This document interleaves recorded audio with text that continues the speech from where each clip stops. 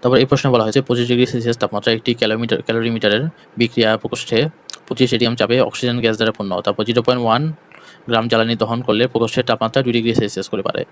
তারপর 0.5 গ্রাম জ্বালানি নিয়ে দহন করলে বিক্রিয়া সম্পন্ন করা হলে প্রকোষ্ঠে অক্সিজেন গ্যাসের চাপ কত হবে।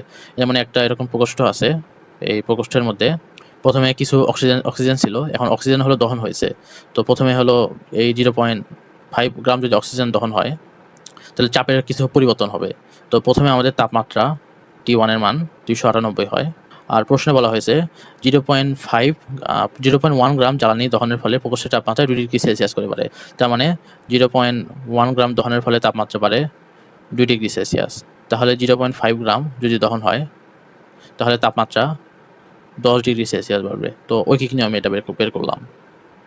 তাহলে আমরা এখান থেকে T2 এর মান লিখতে পারি। তাপমাত্রা বৃদ্ধি হয়েছে 10 ডিগ্রি সেলসিয়াস, তার মানে 298 এর সাথে 10 যোগ করতে হবে, তাহলে আমাদের এটা আসে।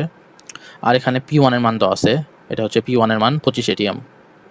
তাহলে আমরা লিখতে পারি P1/81 ইকুয়াল টু P2/T2। আর এখান থেকে আমাদের P2 এর মান বের করতে হবে, তাহলে আমরা P2 ইকুয়াল টু লিখতে পারবো। তো এখানে যদি আমরা সব মানগুলো বসাই তাহলে এখান থেকে আমরা P2 এর মান পাবো 25.838 এত এটিএম। এটা হচ্ছে আমাদের উত্তর।